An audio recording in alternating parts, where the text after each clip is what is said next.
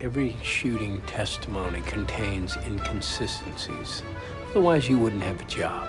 No man who ever shoots and kills another man is entirely cogent in the moment. No plan survives contact with the enemy. Did you learn that with the first man you killed? I learned that serving my country as a non-elected pop-up target in an often misunderstood crusade for liberty and justice turned puppet show for politicians known as the Vietnam Hello and War. welcome to Film Pulse Daily for Tuesday, May 15th, 2012. We have DVD and Blu Ray releases today. With me is Kevin. How you doing? I'm good. And my name is Adam, and let's get to it. First up, we have Chronicle. This got an 85% on Rotten Tomatoes. We gave it a 7.5 out of 10 on our site. What do you think, Kevin? Buy, rent, sell? Or, sell. Yes. Yes, sell that movie. It. Buy, rent, or skip? I would rent it. I would, if you have like a nice home theater, I would say buy this because I think it'd be really cool to see it on Blu-ray. This was I really enjoyed this movie. It was surprisingly good. Surprisingly. Next up we have The Devil Inside. This got a 7%. We didn't review it. What do you think about this one? Pass. Yeah. This is an example of found footage that doesn't work. I think it's really interesting how a lot of found footage movies, like Chronicle, actually turn out to be good. And even though it is a gimmick, it seems to work in a lot of movies. But The Devil Inside is one where it doesn't work at all. And it should be avoided at all costs. And I didn't see this movie, but I heard that it has the worst ending, like, maybe in the history of film. Wow. So skip that one. Next up, we have The Gray with Liam Neeson. Ooh. This got a 78%. We gave it an 8 out of 10. Loved this movie. Definitely worth renting. Might even be worth a buy. Really good. Really good. You definitely need to check this out. I think that you'll like this movie. Okay. I think you'll either love it or hate it, I think. It's a lot different than what you might expect by the trailers. The trailers kind of make it out to be like Taken in the woods, but it's not like that at all. Very existential.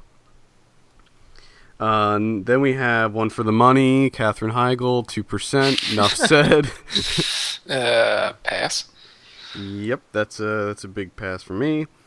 And then we have Glenn Close in Albert Nobbs. This got a 55%. I haven't seen this. So I haven't seen this either. I'm not really interested in it either. You're not? I'm not. No. I'm not. No. It looked all right. It was actually playing in theaters around here, and I was just like, nah, I don't think so. Yeah. So that's probably a skip for me, even though it was nominated for several Academy Awards, I think. You can probably check it out for Glenn Close's performance. It's supposed to be very good. Yeah, I think it's like one of those Iron Lady situations where the performance by Glenn Close it outshined the movie itself. I think that was probably one of those situations, like Meryl Streep in The Iron Lady. Finally, we have Rampart. This got a 76%. We talked about this a couple times, and we gave this a 6 out of 10 on the site. This is worth a rental. If you're into cop stories, it's worth a rental. It's pretty dark. It's pretty gritty. Kind of depressing. It's a bit of a downer, but Woody Harrelson, as always, does a phenomenal job, so I would say it's worth checking out. I have two to mention real quick.